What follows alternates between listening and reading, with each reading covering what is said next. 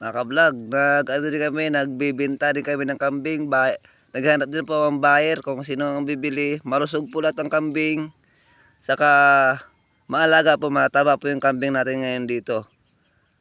Kung gusto nyo lang po, mag-comment kayo para isin ko sa inyo ang address kung saan po tong address na to.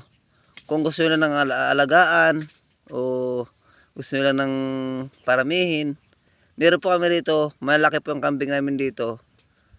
Sa lahat ng kambing po, ito yung pong matabang kambing na ilalagaan ko na ano sila,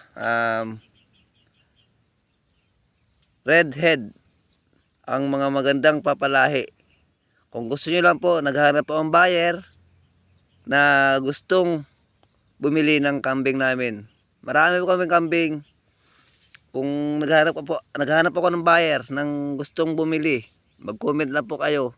Marami po. Mura lang po ang kambing dito. Merong 11, 12, 15. Tapos yung pinakamalaki po na barako ay 30. Ay lang po yung ano namin, kasi po ang kambing po namin may ano po, hindi po siyang, may lahi po siyang na malalaki. Kaya ang benta talaga sa kanya 12, 15, 30. Yung barako po yung 30, yung malalaki ng barako. Ito po yung barako na malalaki. Andyan po sa likod ko, kumakain sila. Ayan po, inalagaan ko po yung mga yan. Matataba po yung mga yan. Ayan po yung sumisilip, babae po yan na redhead. Ayan po yung sinasabi kong 15. O kaya, yan po, yan po, yan po. Mataba po yan. Malaking kambing po yung sinasabi ko po. Kaya siya malaking presyo. Pwede ko po yung pwede po kayo mag sa pinaka boss namin kung ano ibibigay sa yung presyo.